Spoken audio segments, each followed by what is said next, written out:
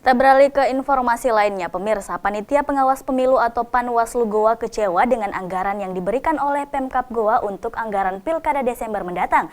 Pihak Panwas mengaku dana 1 miliar rupiah tidak cukup. Anggaran Pilkada untuk Panwaslu Goa yang diberikan oleh pemerintah Kabupaten Goa sebesar 1 miliar rupiah. Dan pihak Panwaslu mengaku kecewa dengan angka tersebut. Karena kecewa, mereka langsung melakukan pertemuan dengan pejabat bupati beberapa waktu yang lalu.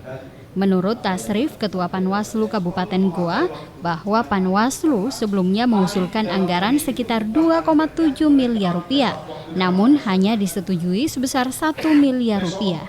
Ia mengatakan anggaran ini sangat tidak mencukupi. Dana yang hanya 1 miliar rupiah hanya cukup untuk honor sebagai pengawas TPS. Sementara sebanyak 998 jumlah pengawas dengan gaji mereka per bulan Rp600.000, sehingga total gaji kurang lebih Rp600 juta. Kemungkinan besar ada, saya informasi dapatkan yang valid, katanya ada anggaran yang 1M untuk Panwas.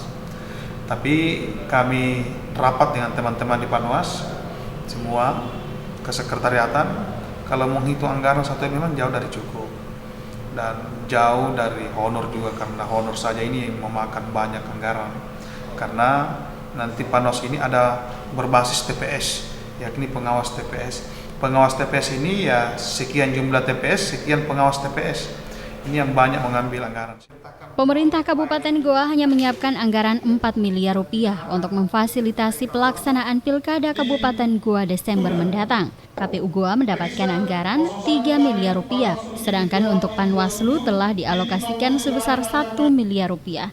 Namun pihak Panwaslu berharap kepada pejabat bupati untuk bisa mengkomunikasikan hal tersebut ke DPRD untuk dibicarakan kembali. Dari Kabupaten Goa, Alfian Sam, GoTV memberitakan.